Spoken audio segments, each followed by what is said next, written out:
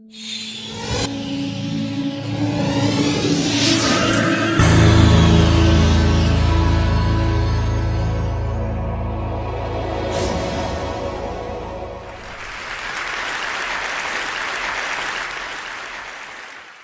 morning. How are you? It's been great, hasn't it?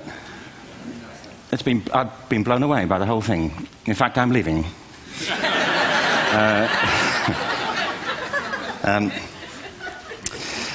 There have been three themes, haven't there, running through the conference, which are relevant to what I want to talk about. One is the extraordinary evidence of human creativity in all of the presentations that we've had and in all the people here. Just the variety of it and the range of it. The second is that it's put us in a place where we have no idea what's going to happen in terms of the future. No idea how this may play out. I have an interest in education. Actually, what I find is everybody has an interest in education. Don't you? I find this very interesting. If you're at a dinner party and you say you work in education, actually, you're not often at dinner parties, frankly, if you work in education. You're not asked, you know, and you're never asked back, curiously. That's I think that strikes me. But if you are, and you say to somebody, they say, what do you do? And you say, you work in education, you can see the blood run from their face. They think, oh my God, you know, why me? It's my one night out all week. But if you ask people about their education, they pin you to the wall. Because it's one of those things that goes deep with people. Am I right? Like religion and money and other things. So I have a big interest in education, and I think we all do. We have a huge vested interest in it, partly because it's education that's meant to take us into this future that we can't grasp. If you think of it, children starting school this year will be retiring in 2065. Nobody has a clue, despite all the expertise that's been on parade for the past 4 days, what the world will look like in 5 years' time. And yet we're meant to be educating them for it. So the unpredictability, I think, is extraordinary. And the third part of this is that we've all agreed, nonetheless, on the really extraordinary capacities that children have, their capacities for innovation. I mean, Serena last night was a marvel, wasn't she? Just seeing what she could do. And she's exceptional, but I think she's not, so to speak, exceptional in the whole of childhood. What you have there is a person of extraordinary dedication who found a talent. And my contention is all kids have tremendous talents, and we squander them pretty ruthlessly. So I want to talk about education, and I want to talk about creativity. My contention is that creativity now is as important in education as literacy, and we should treat it with the same status. Thank you.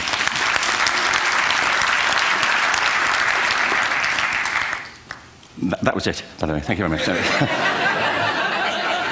So, 15 minutes left. Well, I was born... No, I had a great story recently, I love telling it, of a little girl who was in a drawing lesson. She was 6, and she was at the back drawing, and the teacher said this little girl hardly ever paid attention. And in this drawing lesson, she did. And the teacher was fascinated. She went over to her and she said, "What are you drawing?" And the girl said, "I'm drawing a picture of God." And the teacher said, "But nobody knows what God looks like." And the girl said, "They will in a minute."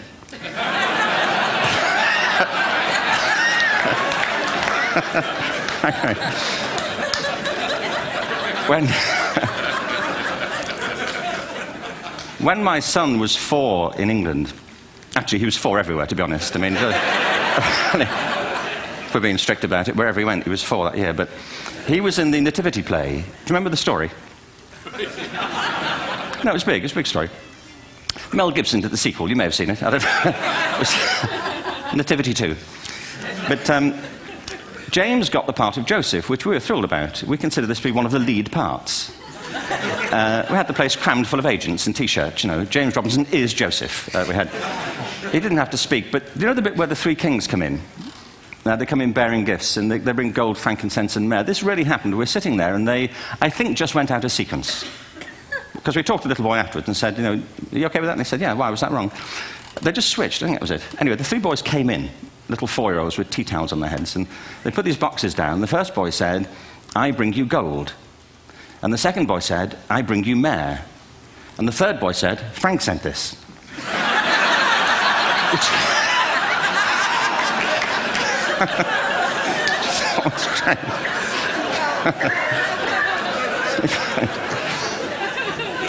What these things have in common, you see, is that kids will take a chance. You know, if they don't know, they'll have a go. Am I right? They're not frightened of being wrong. Now, I don't mean to say that being wrong is the same thing as being creative.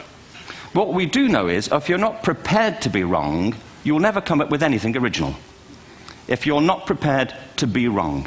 And by the time they get to be adults, most kids have lost that capacity. They have become frightened of being wrong. And we run our companies this, by the way. We stigmatize mistakes. And we're now running national education systems where mistakes are the worst thing you can make. And the result is that we are educating people out of their creative capacities. Picasso once said this. He said that all children are born artists. The problem is to remain an artist as we grow up.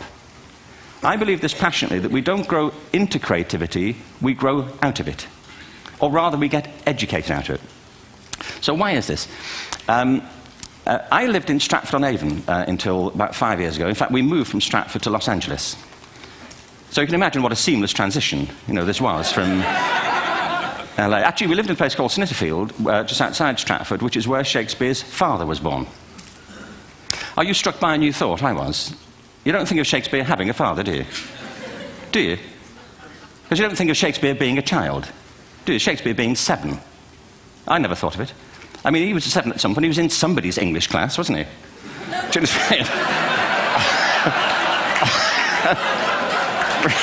Really? How annoying would that be? You know?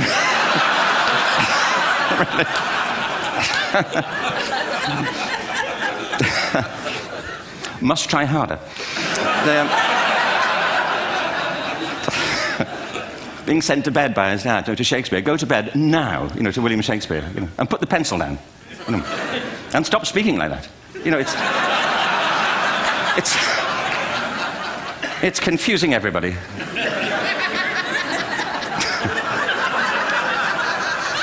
Anyway, we moved from Stratford to Los Angeles, and I just want to say a word about the transition. Actually, my son didn't want to come. I've got 2 kids. He's 21 now, and my daughter's 16. He didn't want to come to Los Angeles. He loved it, but he had a girlfriend in England. This was the love of his life, Sarah. He'd known her for a month. Mind you, they'd had their 4th anniversary by then, because it's a long time when you're 16. Anyway, he was really upset on the plane. He said, "I'll never find another girl like Sarah." And we were rather pleased about that, frankly, because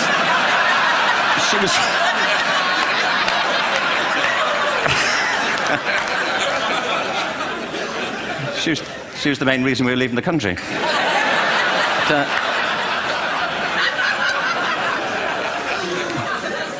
But something strikes you when you move to America and when you travel around the world. Every education system on Earth has the same hierarchy of subjects. Everyone, doesn't matter where you go. You think it would be otherwise, but it isn't. At the top are mathematics and languages, then the humanities, and at the bottom are the arts, everywhere on Earth. And in pretty much every system, too, there's a hierarchy within the arts. Art and music are normally given a higher status in schools than drama and dance. There isn't an education system on the planet that teaches dance every day to children the way we teach them mathematics. Why? Why not? I think this is rather important. I think maths is very important, but so is dance. Children dance all the time if they're allowed to. We all do. We all have bodies, don't we? You know, did I miss a meeting? I mean, I think... Truthfully, what happens is, as children grow up, we start to educate them progressively from the waist up. And then we focus on their heads, and slightly to one side. If you were to visit education as an alien and say, what's it for, public education, I think you'd have to conclude, if you look at the output, you know, who really succeeds by this? Who does everything they should? Who gets all the brownie points? You know, who are the winners? I think you'd have to conclude the whole purpose of public education throughout the world is to produce university professors. Isn't it? They're the people who come out the top. And now, I used to be one. So there, you know. And I like university professors, but, you know, we shouldn't hold them up as the high watermark of all human achievement. They're just a form of life. You know, another form of life. But they're rather curious, and I say this out of affection for them. There's something curious about professors. In my experience, not all of them, but typically, they live in their heads. They live up there, and slightly to one side. They're disembodied, you know, in a kind of literal way. You know, they look upon their body as a form of transport for their heads. You know, it's... Don't they? It's a way of getting their head to meetings.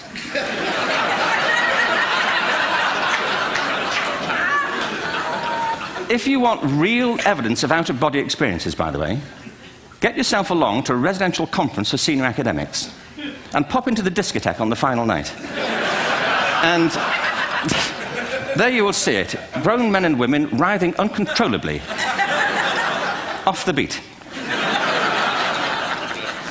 Waiting to end so they can go home and write a paper about it. Now, our education system is predicated on the idea of academic ability. And there's a reason. The whole system was invented around the world. There were no public systems of education really before the 19th century. They all came into being to meet the needs of industrialism. So the hierarchy is rooted on two ideas. Number one, that the most useful subjects for work are at the top. So you were probably steered benignly away from things at school when you were a kid, things you liked, on the grounds you would never get a job doing that. Is that right? Don't do music, you're not going to be a musician. Don't do art, you won't be an artist. Benign advice. Now, profoundly mistaken. The whole world is engulfed in a revolution. And the second is academic ability, which has really come to dominate our view of intelligence because the universities designed the system in their image. If you think of it, the whole system of public education around the world is a protracted process of university entrance. And the consequence is that many highly talented, brilliant, creative people think they're not, because the thing they were good at school wasn't valued or was actually stigmatized. And I think we can't afford to go on that way. In the next 30 years, according to UNESCO, more people worldwide will be graduating through education than since the beginning of history. More people.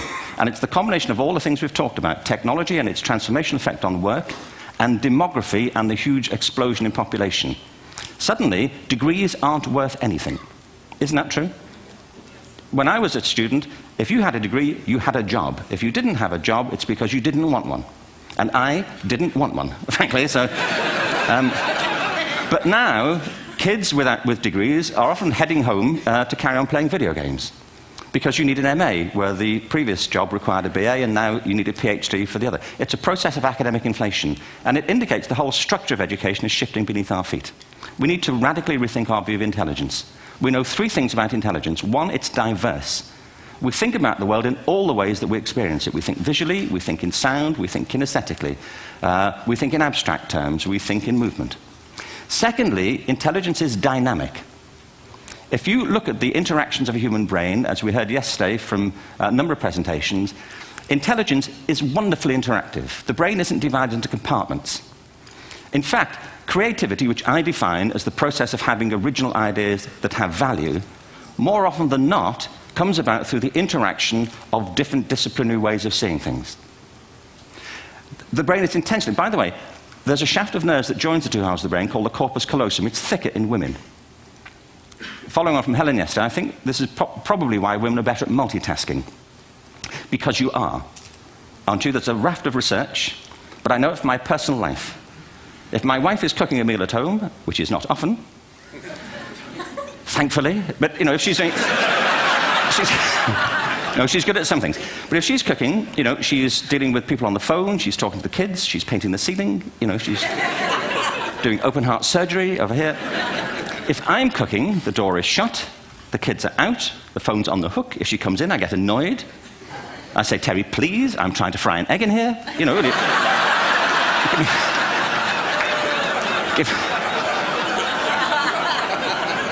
give me a break. Actually, there was do you know that old philosophical thing? If a tree falls in a forest and nobody hears it, did it happen?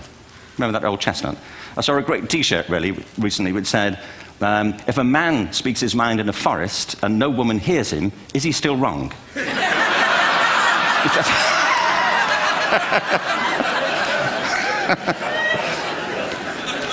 And the third thing about intelligence is it's distinct.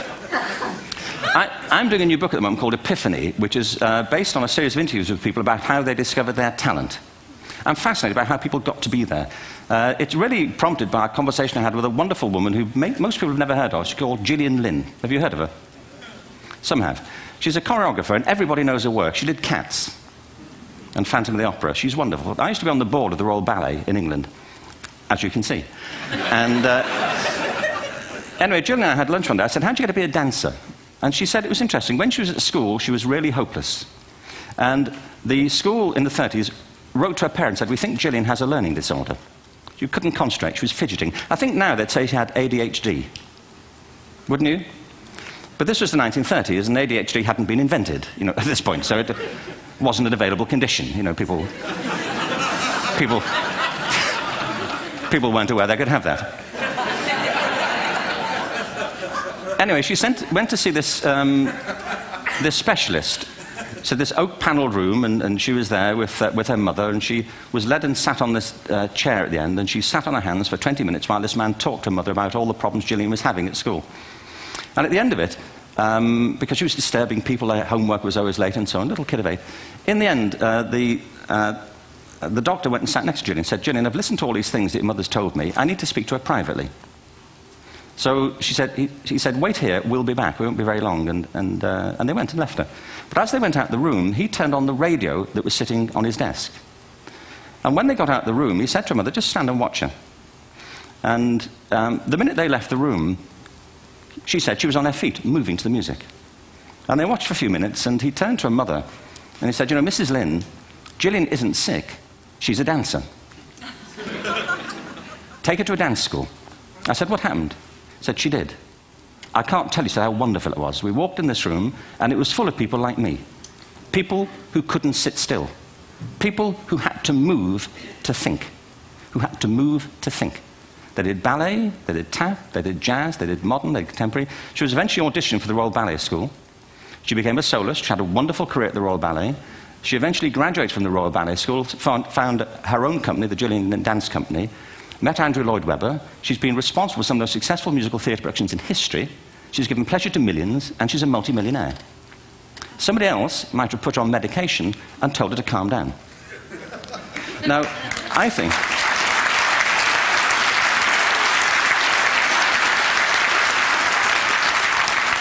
What I think it comes to is this. Al Gore spoke the other night about ecology and the revolution that was triggered by Rachel Carson.